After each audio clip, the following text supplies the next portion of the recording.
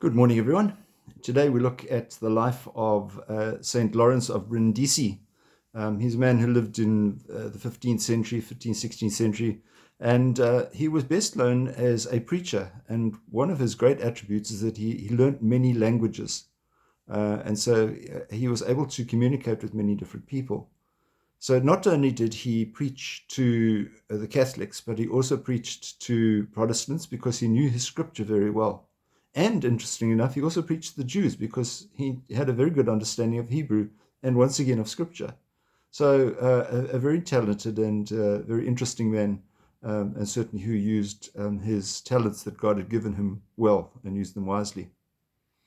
We look at today at Matthew's Gospel, chapter 13, verse 10 to 17, which follows on from yesterday's readings where we spoke about the seeds, the parable of the sower. And the question is asked, why use parables?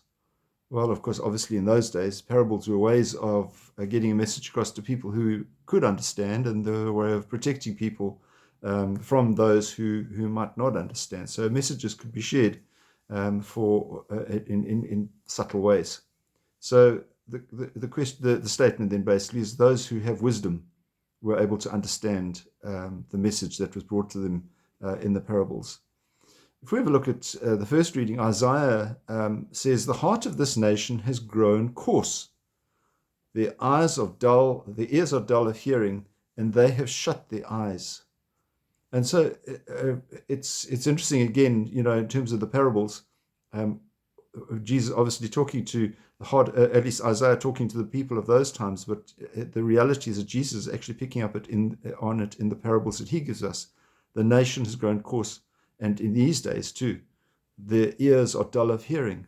That's interesting way of putting things. They don't want to listen. And they have shut their eyes. They don't want to see either. Something along the lines of the three monkeys that I spoke about at the weekend. So none so deaf that those will not hear. It brought to mind to me that there's a great distinction, I think, between those people who benefit from religious culture rather than those people who just have religious beliefs. Those people who have religion as part of their culture, it is just something normal that they would do, that they would embrace various factors, and they wouldn't shut their eyes and their ears. Those of religious beliefs might be selective in terms of how they believe and the times and the ways in which they believe, and it won't necessarily be ingrained in a way in which those people who are enculturated. Interesting thoughts. Just keep them with us today. So you have a wonderful day today, and we'll see you again. God bless. Bye-bye.